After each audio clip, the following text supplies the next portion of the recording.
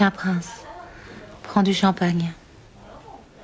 Prince, mon ami, ravise-toi. Ah non, général, je suis une princesse maintenant, et le prince ne me laissera pas insulter.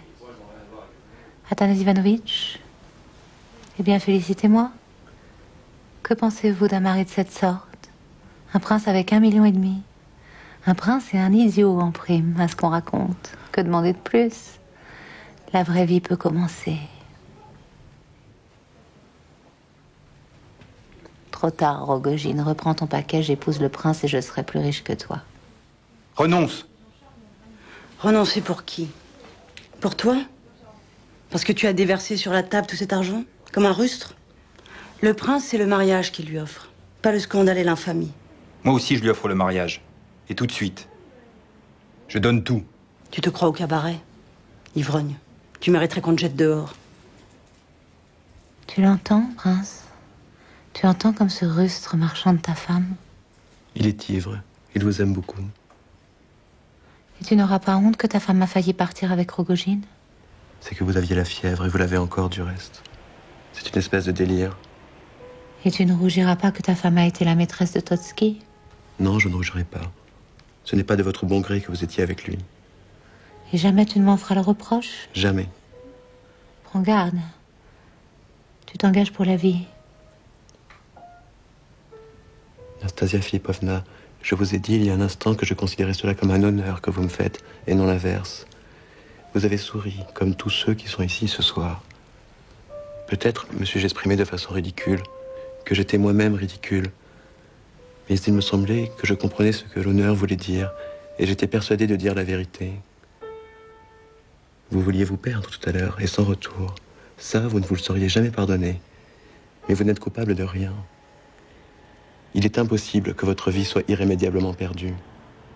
Et qu'est-ce que ça fait, après tout, que Rogojine soit venu, ou que Gavrila Ardelonovitch ait voulu vous tromper? À quoi bon ressasser tout cela?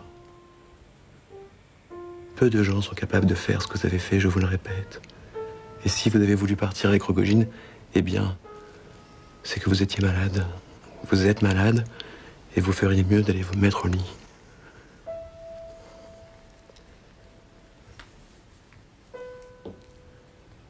Vous auriez préféré vous faire blanchisseuse que rester avec Rogojine.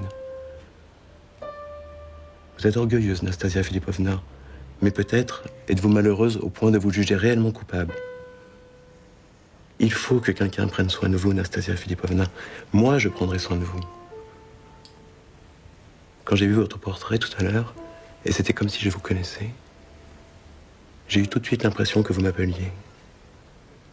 Je vous respecterai jusqu'à la fin de mes jours, Nastasia Philippovna. Vous êtes un homme bon. Un homme instruit, mais condamné. Merci, prince. Aucun homme sur la terre ne m'a jamais parlé de la sorte.